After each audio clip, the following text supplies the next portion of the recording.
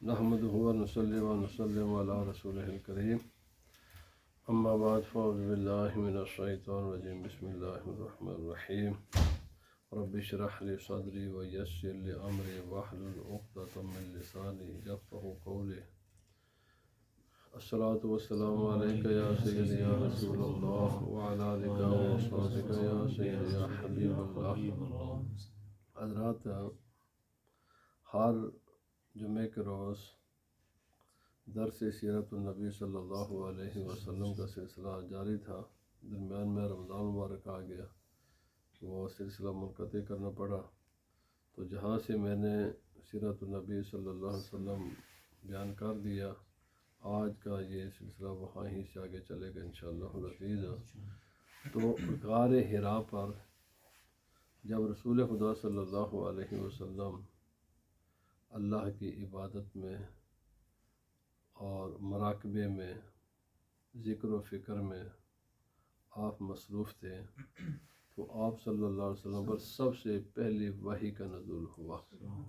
سورۃ العلق کے ابتدائی آیات تلاوت کی آپ پر نازل ہوئیں، اقرأ بسم ربک الذی خلق، اور اس کے بعد آپ پھر گھر تشریف لائے.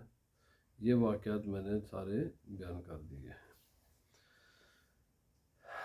آج گفتگو کا آغاز کرنے سے پہلے بنیادی طور پر اس دن سے کہ جب وحی کا نزول ہوا اور رسول خدا صلی اللہ علیہ وسلم اس دنیا سے پردہ فرما گئے، آپ کا وصال مبارک ہوا، اگر سارے اس 23 سال، تقریباً 23 سالہ زندگی جو آپ کی تبلیغی زندگی ہے، اس پر اگر ہم گہری نظر ڈالیں تو ہمیں نظر ایسے آتا ہے کہ اس کے 4 مراحل ہیں، 4 سٹیجز، 4 اس کے مرحلے ہیں. اور پہلا مرحلہ ہے الدعوۃ سرًا واستمرت 3 سنوات، خفیہ، سیکرٹ، اعلان کے بغیر دین کی تبلیغ. اور یہ سلسلہ جاری رہا 3 برس تک، 3 سال تک. رسول اللہ صلی اللہ علیہ وسلم نے تبلیغ فرمائی. صرف جو آپ کے معتمد لوگ تھے، جن کے ساتھ جن پر آپ کا بہت اعتماد تھا، میں انشاءاللہ چل کر عرض کروں گا کیوں یہ ایسے ہوا. آپ کے رشتہ دار یا وہ لوگ کہ جو آپ کے بچپن سے آپ کو جاننے والے لوگ تھے اور آپ کے ساتھ جن کا بڑا گہرا تعلق تھا، آپ نے انہیں دعوت دین دی اور یہ 3 سال تک سلسلہ جاری رہا. میں ابھی انشاءاللہ اس کی تفصیلات کرتا ہوں. دوسرا ہے اعلانیہ دعوت کا، اور یہ 3 سال سے لے کر ہجرت تک یہ مکہ معظمہ میں مسئلہ ہے. یہ تقریباً کوئی 10 سال بنتے ہیں. 3 سال خفیہ، 10 سال رسول اللہ صلی اللہ علیہ وسلم نے اعلانیہ تبلیغ دین فرمائی مکہ معظمہ میں. مکہ معظمہ میں رسول اللہ صلی اللہ علیہ وسلم نے تقریباً 13 برس آپ کے جو اعلان نبوت کے بعد آپ کا قیام ہے مکہ معظمہ میں. اور اس کے بعد پھر ہجرت کا مرحلہ آتا ہے. رسول اللہ صلی اللہ علیہ وسلم مکہ معظمہ کو چھوڑ کر مدینہ طیبہ تشریف لے گئے. صحابہ کرام نے بھی ہجرت فرما لی، اور یہ ہجرت فرض تھی، ضروری تھی. کسی کو اجازت نہیں تھی اب مکہ معظمہ میں رہنے کی. تو سارے صحابہ کرام بھی، رسول اللہ صلی اللہ علیہ وسلم بھی، سب کو یہاں سے اللہ رب العزت نے حکم دیا کہ اس شہر کو چھوڑ دو اور مدینہ منورہ چلے جاؤ. جب رسول اللہ صلی اللہ علیہ وسلم مدینہ منورہ تشریف لے گئے تو آپ نے مدینہ منورہ میں تقریباً 10 سال اور چند ماہ قیام کیا ہے. تو اس کے بھی پھر 2 مرحلے ہیں. ایک ہے مدینہ منورہ سے لے کر صلح حدیبیہ تک، یعنی مکہ معظمہ فتح ہوا ہے 8 ہجری کو، تو اس سے پہلا جو سال تھا 7 ہجری. تو یہ 7 سال تقریباً یہ ایک مرحلہ رسول خدا صلی اللہ علیہ وسلم کی زندگی کا یہ ہے۔ اور اس میں آپ نے کیا کیا، مدینہ طیبہ میں رسول اللہ صلی اللہ علیہ وسلم نے وہ جو سلسلہ روز اول سے شروع کیا تھا تبلیغ دین کا، اعلانیہ، پہلے خفیہ پھر اعلانیہ، یہ جاری رکھا۔ لیکن اس کے ساتھ ساتھ یہاں پر ایک بات مزید یہ ہوئی کہ مکہ معظمہ میں لوگ کفار دشمنان اسلام مسلمانوں پر ظلم کرتے اور مسلمان اس ظلم کو برداشت کرتے تھے، برداشت کر لیتے تھے، اور کوئی اس کا ری ایکشن یا اس کے ایسا نہیں کرتے تھے۔ لیکن یہاں پر آ کر جب رسول اللہ صلی اللہ علیہ وسلم مدینہ طیبہ میں آئے تو یہاں پر یہ سلسلہ بند کر دیا گیا۔ اب جو بھی مسلمانوں کے خلاف ابتدا کرتا کسی ظلم و تعدی کے، کوئی بھی کسی قسم کا شر، تو مسلمان اس شر کو طاقت کے ذریعے ختم کرتے ہیں۔ اسی سلسلے میں غزوہ بدر ہوا، غزوہ احد ہوا، غزوہ احزاب ہوا۔ یہ تین جو غزوات ہیں، باقی بھی چھوٹے بڑے بہت سارے ایسے چھوٹے چھوٹے واقعات بہت زیادہ ہیں، یعنی یہ تین مین ہیں۔ تینوں غزوات میں غزوہ بدر کہاں ہوا؟ مدینہ طیبہ سے کوئی 65 کلومیٹر دور ہے یہ جگہ۔ اور کن لوگوں کے ساتھ ہوا؟ مکہ معظمہ کے۔ ظاہر بات ہے مکہ کے لوگ یہاں آئے تھے نا لڑنے کے لیے، نہ کہ مسلمان وہاں گئے۔ 1000 کا لشکر لے کر مکہ والے آئے تھے، مسلمان وہاں نہیں گئے۔ پھر دوسرے سال غزوہ احد ہوا، تھوڑے سے وقفے کے بعد ہی، اور اس میں وہ 2000 کا لشکر لے آئے۔ اور یہ جو وہاں سے 300-400 میل یا کلومیٹر کا سفر طے کر کے، مسلمان تو مکہ نہیں نہ گئے، وہی یہاں آئے تھے نا۔ لیکن مسلمانوں نے وہ جو پالیسی تھی مکہ معظمہ والی وہ ختم کر دی تھی۔ اب اگر کوئی آتا تھا تو اس کو جواب بھی دیا جاتا تھا، اس کا ظلم روکنے کی کوشش کی جاتی تھی۔ پھر 2 سال کے بعد پھر اور لشکر لے کر آ گئے، غزوہ احزاب، پوری سورۃ قرآن پاک کی، اس میں 12,000 کا لشکر لے کر آئے۔ 28 روز تک مدینہ طیبہ کا محاصرہ کیا۔ اور چونکہ وہ ان غزوات کی تفصیل بیان کرنا مقصود نہیں ہے، میں صرف آپ کو یہ کہنا چاہتا ہوں، یہ وہ تیسرا مرحلہ تھا جو تقریباً مدینہ منورہ میں آنے سے لے کر یہ 7 برس تک مسلمانوں نے جو ہے نا جو بھی آتا ظلم کرنے کے لیے اس کا ہاتھ روکا جاتا تھا۔ بدر میں بھی ایسے ہوا، احد میں بھی ایسے کیا گیا، غزوہ احزاب کے موقع پر بھی ہوا۔ تو یہ رسول خدا صلی اللہ علیہ وسلم کی زندگی کا تیسرا مرحلہ ہے کہ تبلیغ کے ساتھ ساتھ یہ مرحلہ بھی پھر شروع کر دیا گیا۔ انشاءاللہ میں تمام ان کے تفاصیلات کروں گا اپنے اپنے وقت پر، لیکن خلاصہ میں عرض کر رہا ہوں تاکہ مسلمانوں کو اور سیرت النبی صلی اللہ علیہ وسلم کا درس سننے والوں کو، سیرت کا مطالعہ کرنے والوں کو ان چیزوں کا علم ہو۔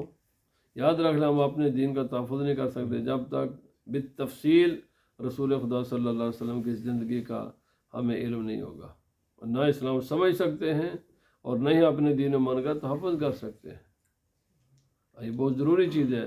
ہر مسلمان جہاں اتنا باقی کام کرتے ہیں وہاں اپنی اولادوں کو رسول اللہ صلی اللہ علیہ وسلم کی سیرت النبی کی تعلیم دینی چاہیے، اور صحابہ کرام اور ہمارے اسلاف روایات میں آتا ہے اسی اہتمام کے ساتھ رسول خدا صلی اللہ علیہ وسلم کی سیرت کا اپنے بچوں کو تعلیم دیتے تھے جیسے قرآن پاک کی تعلیم تھی۔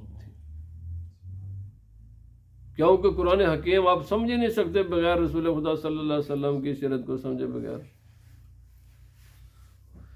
بہرحال اللہ کرے مسلمانوں کو یہ شعور آ جائے، بجائے اپنا وقت ضائع کرنے کے بجائے وہ رسول اللہ صلی اللہ علیہ وسلم کی سیرت طیبہ کو اس کا علم حاصل کریں، اس کو پڑھیں، صحابہ کرام کی زندگیاں پڑھیں، صحابیات کی زندگیاں پڑھیں، اپنے اسلاف کی بہت بڑی تاریخ ہے، بہت بڑی تاریخ ہے دنیا کی اس قدر، یعنی آپ بھائی یہ علماء نے اتنی بڑی بڑی کتابیں لکھی ہیں اور ہر موضوع پر لکھی ہیں، تو یہ لائبریری میں سجانے کے لیے تو نہیں ہے، یہ ہمارے لیے لکھی کہ بھائی یہ ہے، ان کو پڑھنا، اگر ایمان کے بات کرنا چاہتے ہو تو ان کو پڑھنا۔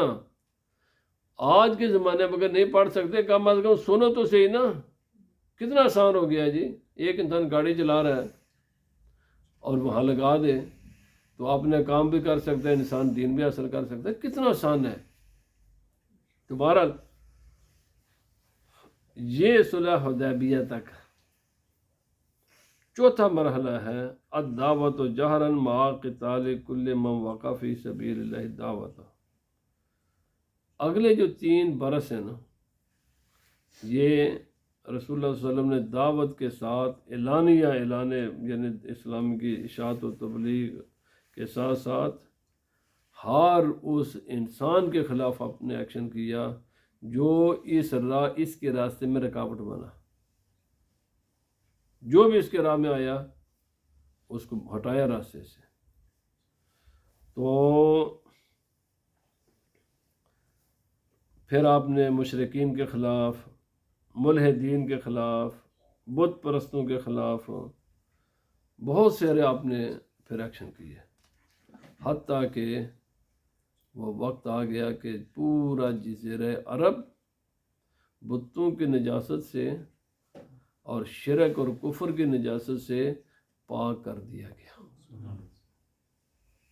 اس کو پاک کر دیا گیا۔ پھر تو رسول اللہ صلی اللہ علیہ وسلم نے پھر جب اپنا آخری حج ادا فرمایا تو 1 لاکھ سے زائد مسلمان نبی پاک صلی اللہ علیہ وسلم کے ساتھ تھے۔ تو یہ 4 مراحل ان کا ذہن میں رکھنا بہت ضروری چیز ہے، ان کو سمجھنا چاہیے۔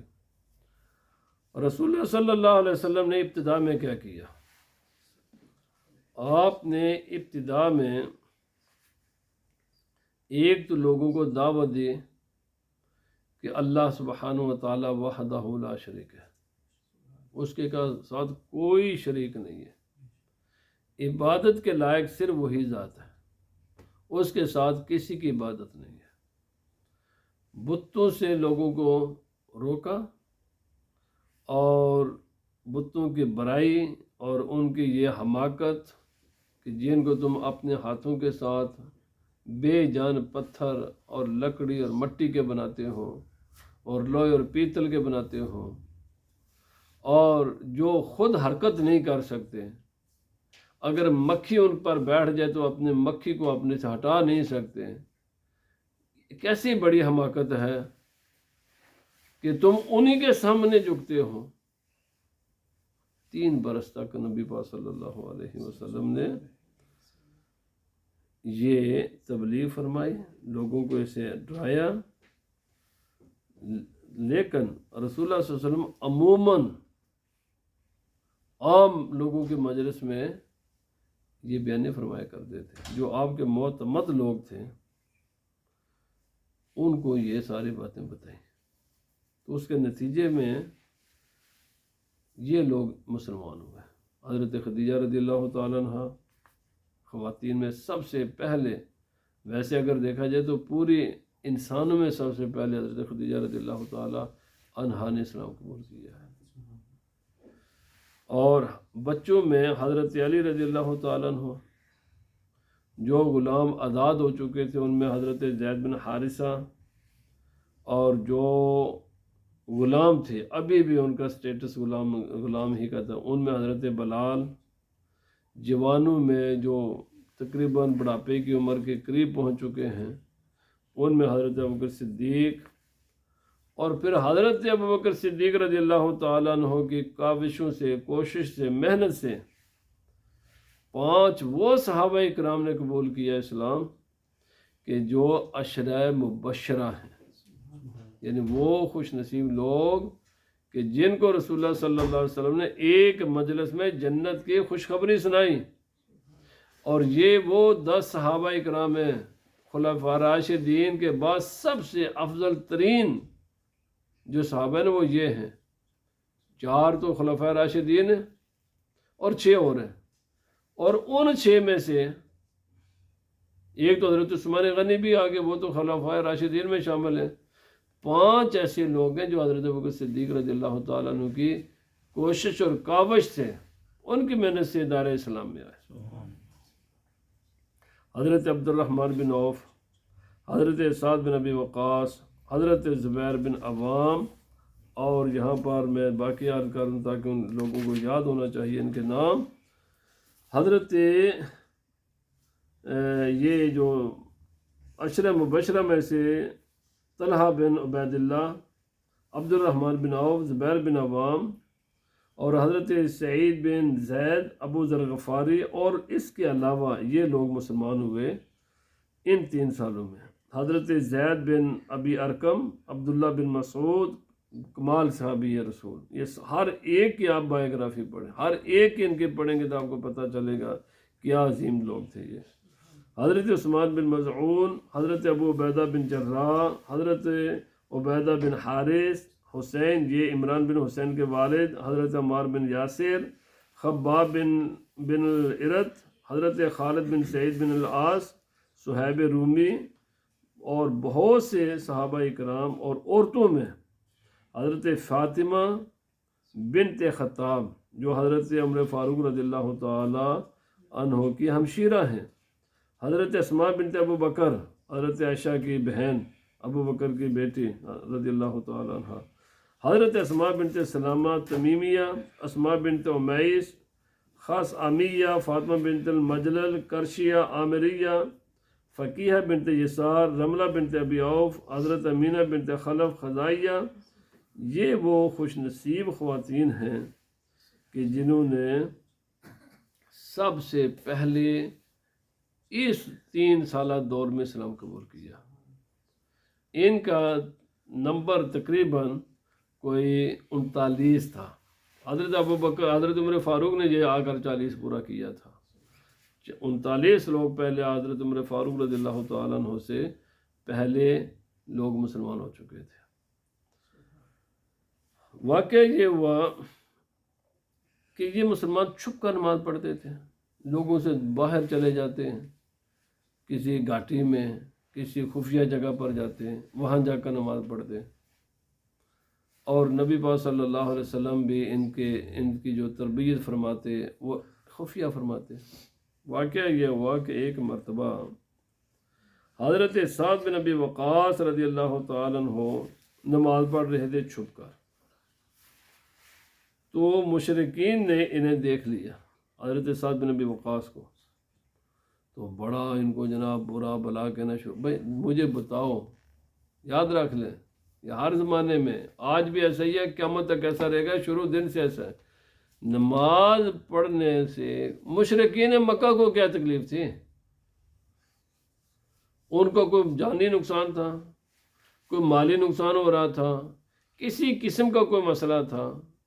شہر میں بھی نہیں، چھپ کر بیچارے نماز پڑھ رہے ہیں، تو انہوں نے کیا جناب گالی نکالنے شروع کر دی، برا بھلا کہنا شروع کر دیا۔ آج بھی ایسے ہی ہے، آج بھی ایسے ہی ہے۔ مسلمان کسی کو کیا کہتے ہیں؟ پوری روئے زمین کا میڈیا دیکھو، کوئی کبھی ٹیررازم کے نام پر، کبھی کسی نام پر، کبھی کسی نام پر، کبھی کسی نام پر مسلمانوں کو تکلیف دی جاتی ہے، حالانکہ روئے زمین پر کسی بھی اعتبار سے مسلمان کسی غیر مسلم کو تکلیف نہیں دیتا، اور سارا الزام کس کو دیا جاتا ہے؟ مسلمانوں کو۔ اور بھائی یہ گھبرانے کی بات نہیں ہے، مسلمانوں کو بھی پریشانی ہونا چاہیے، یہ روز اول سے ایسے ہی آ رہا ہے۔ حضرت سعد بن ابی وقاص رضی اللہ تعالیٰ عنہ اور آپ کے کوئی ساتھی نماز پڑھ رہے تھے، تو وہاں پر انہوں نے گالیاں دینے شروع کر دی، برا بھلا کہنا شروع کر دیا۔ ظاہر بات ہے اگلا انسان بھی غصے میں ہوتا ہے، تو وہاں پر ایک اونٹ کی ہڈی پڑی ہوئی تھی، تو آپ نے اٹھا کر ان کے سر پر مارے۔ بھائی میں عام نماز پڑھ رہے ہیں، تمہیں کیا تکلیف ہے ہماری نماز کی؟ کیا تکلیف ہے؟ ہوگی، یہ مسئلہ ہو گیا ان کے ساتھ۔ نبی پاک صلی اللہ علیہ وسلم نے پھر فرمایا آج کے بعد پھر ایسا، اس واقعے کے بعد نبی پاک صلی اللہ علیہ وسلم نے فرمایا کہ آج کے بعد گھاٹیوں میں دور دراز جا کر نماز پڑھنے کی بجائے رسول اللہ صلی اللہ علیہ وسلم نے حضرت زید بن ابی ارقم کے گھر کا انتخاب فرمایا اور فرمایا کہ بھائی سارے وہاں جائے کرو، وہاں میں تمہیں دین بھی سکھاؤں گا اور ادھر نماز بھی پڑھ لیا کریں گے۔ اور حضرت زید بن ابی ارقم کا گھر یہ جہاں پر ہم سعی کرتے ہیں صفا مروہ، صفا کے بالکل قریب، وہاں نشیبی جگہ تھی، اب تو اس کو بھر دیا گیا ہے، اس جگہ پر حضرت یہاں قریب ہے، وہاں سامنے نبی پاک صلی اللہ علیہ وسلم کی جائے ولادت ہے، نبی پاک صلی اللہ علیہ وسلم کا گھر ہے، اور رسول خدا صلی اللہ علیہ وسلم کے گھر کے ساتھ ہی قریب ہی حضرت ان کا گھر تھا۔ تو رسول اللہ صلی اللہ علیہ وسلم نے، اور حضرت عمر فاروق رضی اللہ تعالیٰ جب اسلام قبول کیا تھا نا، یہ بھی انہی کے گھر گئے تھے جا کر۔ تو آپ نے پھر یہ سلسلہ مسلمانوں کے ساتھ یہ وہاں پر جاری رکھا حتیٰ کہ 3 سال، اور حضرت عمر فاروق رضی اللہ تعالیٰ عنہ آپ کا مشہور واقعہ ہے کہ آپ چونکہ اسلام قبول کرنے سے پہلے حضرت عمر فاروق رضی اللہ تعالیٰ عنہ کی عظمت شان یہ اسلام کے بعد نہیں ہے، اور اسی لیے نبی پاک صلی اللہ علیہ وسلم فرمایا کہ خیارکم فی الجاہلیہ خیارکم فی الاسلام، جو آدمی کسی بھی یعنی وہ جاہلیت میں کفر میں بھی بڑا ہوگا نا، اعلیٰ ہوگا نا، وہ مسلمانوں میں بھی آ کر اعلیٰ ہی رہے گا۔ یعنی مسلمان کے اسلام قبول کرنے سے وہ کوئی نیچا نہیں ہو جاتا، اس کا جو سٹیٹس ہے وہی رہتا ہے، بلکہ اس سے بھی بلند ہو جاتا ہے۔ حضرت عمر فاروق رضی اللہ تعالیٰ عنہ آپ عرب کے بڑے یعنی ہونہار عظیم، پورے عرب میں آپ کی شہرت تھی 2 مختلف چیزوں کے اعتبار سے۔ ایک تو آپ نے جو نا قوت، طاقت، جرت، جسمانی قوت کے ساتھ ساتھ قوت اظہار، خطابت اور فیصلہ کرنے کی صلاحیت، یہ بہت زیادہ تھی حضرت عمر فاروق رضی اللہ تعالیٰ عنہ میں۔ اور عرب میں ان کو بڑے یعنی ایک اعلیٰ نظروں سے دیکھا جاتا تھا کہ یہ ہمارا یعنی عرب کا ایک سٹار ہے کہ جس میں بڑی صلاحیتیں ہیں۔ ابھی انہوں نے اسلام قبول نہیں کیا تو رسول اللہ صلی اللہ علیہ وسلم کا چرچا مکہ کے گھر گھر میں ہونے لگا، اور یہ چونکہ ابھی اسلام نے قبول کیا تھا اور بڑے بہادر بھی تھے، بڑے جرت مند بھی تھے، تو ساری چیزیں ساری خوبیوں میں تھیں۔ تو جب کفار یہ مجلسوں میں رسول اللہ صلی اللہ علیہ وسلم کے خلاف باتیں کرتے تھے، انہیں بڑا جوش آتا کہ بھائی یہ تو روزانہ سلسلہ ترقی پذیر ہے، بڑھ رہا ہے، میں تو بڑا بہادر ہوں، مجھے تو چلو کچھ کرنا چاہیے۔ تو انہوں نے گھر سے تلوار لی اور تلوار لے کر نبی پاک صلی اللہ علیہ وسلم کی تلاش میں نکلے۔ راستے میں غالباً حضرت سعید بن زید کی ملاقات ہو گئی یا کسی اور کی ہوئی، اس وقت پورا واقعہ میرے ذہن میں شاید میں پورا بیان نہ کر سکوں۔ تو آپ نے دیکھا نا یہ بڑے غصے میں بھی ہیں اور اس قسم کی تلوار بھی ہے، تو یہ بڑا عجیب سے موڈ میں ہے۔ تو کدھر یار، پوچھا بھائی کیا پروگرام ہے، کدھر ہے؟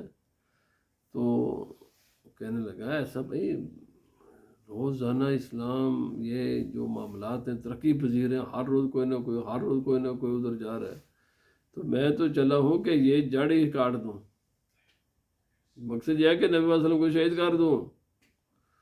تو انہوں نے کہا بھائی پہلے اپنے گھر کی خبر لو، دوسروں کے گھر جانے سے پہلے اپنے گھر کو ذرا دیکھ لو، میرے گھر کا کیا مسئلہ ہے؟ فرمایا تیری بہن مسلمان ہو چکی ہے۔ تو پھر وہاں پہنچے اپنے ہمشیرہ کے گھر، تو ہمشیرہ سے پوچھا بال صحیح ہونے کا؟ بالکل ٹھیک ہے، ایسے ہی۔ تو تھوڑا سا وہاں پر بھی مڈ بھیڑ ہوئی، تو آخر کار آپ کے مشیر نے فرمایا یہ زیادہ سے زیادہ تو جان لے گا نا، ہم جان دینے کے لیے تیار ہیں، لیکن رسول خدا صلی اللہ علیہ وسلم کا دیا ہوا ایمان ہم نہیں چھوڑ سکتے۔ بالکل میرا فیصلہ سن لو، تمہیں ہمیں تھپڑ مارو، ہمیں تلوار سے کاٹو، جو تمہارا بس میں آئے کر لو، ہم اسلام چھوڑنے والے نہیں ہیں۔ جب آپ نے یہ کہا نا تو آپ تھوڑا سا غور کرنے لگے، بھائی یہ کیسی بات ہے، اتنا مضبوط، اتنے مضبوط ہو گئے۔ پوچھا وہ اس وقت آپ نے قرآن پاک کی تلاوت کر رہے تھے، تو کیا پڑھ رہے تھے؟ تو وہ مجھے بھی دکھاؤ۔ آپ نے فرمایا یہ پاکیزہ کتاب ہے، نہ پاک ہاتھ اس کو نہیں لگا سکتے، تم اس قابل نہیں ہو کہ اس کتاب کو ہاتھ لگا۔ اگر چاہتے ہو تو جا کر پہلے اپنے غسل کرو، وضو کرو، اور اس کے بعد میں تمہیں دوں گی۔ بہرحال جب قرآن حکیم کی میرا سورہ طٰہٰ کی تلاوت کی تو آپ اس اللہ اکبر، آپ کے دل کی دنیا بدل گئی۔ مجھے بھی لے چلو، میں بھی مسلمان ہوں۔ یہ قرآن حکیم کی تاثیر تھی۔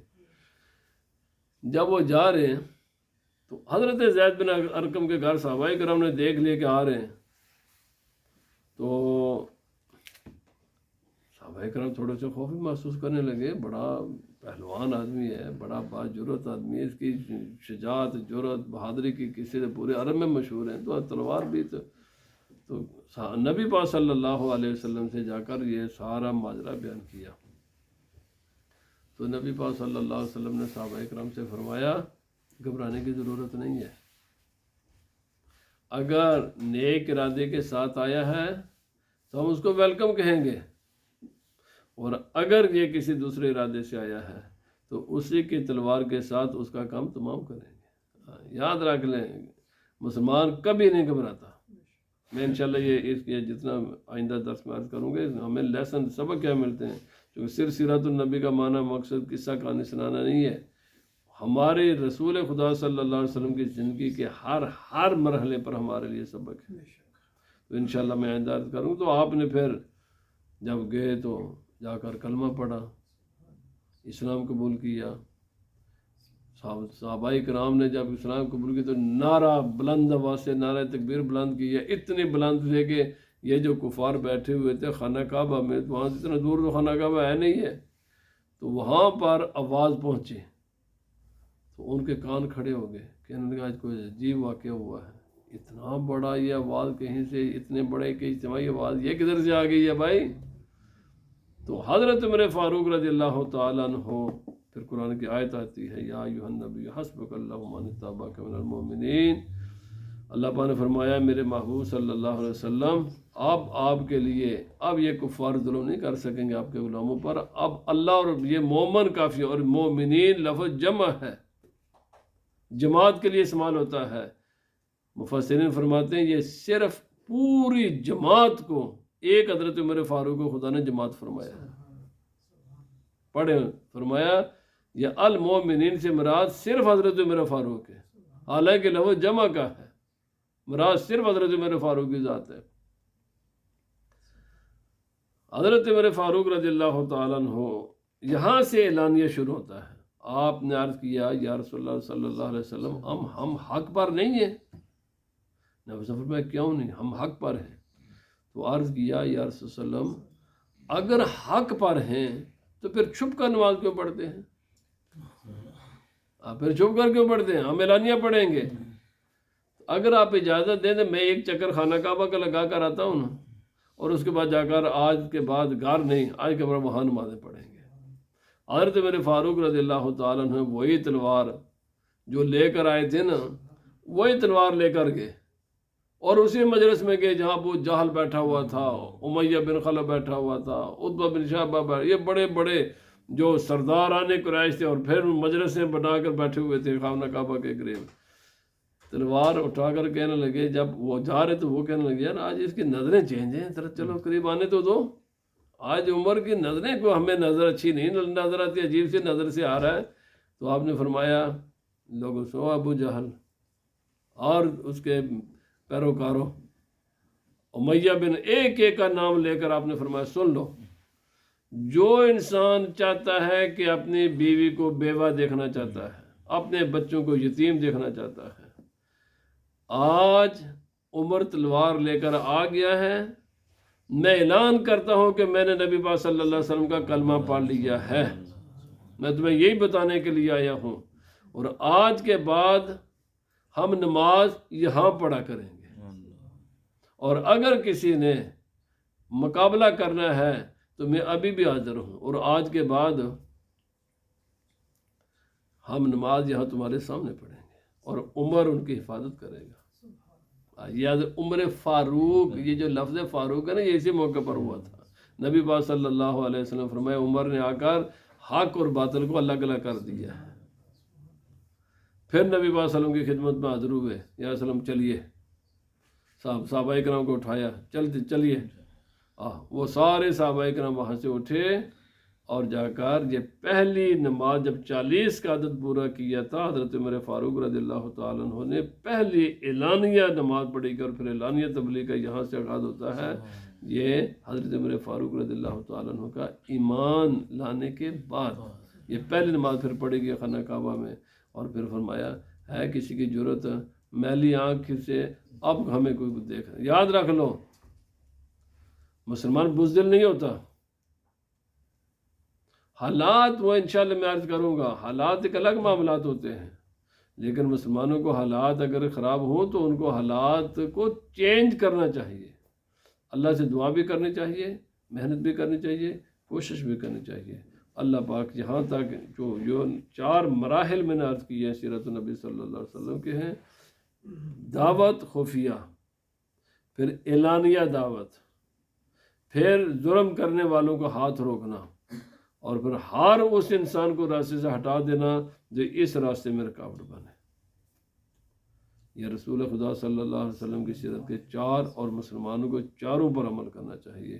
اس کی حکمتیں انشاءاللہ العزیز میں آئندہ درس میں عرض کروں گا۔ وما علینا الا البلاغ۔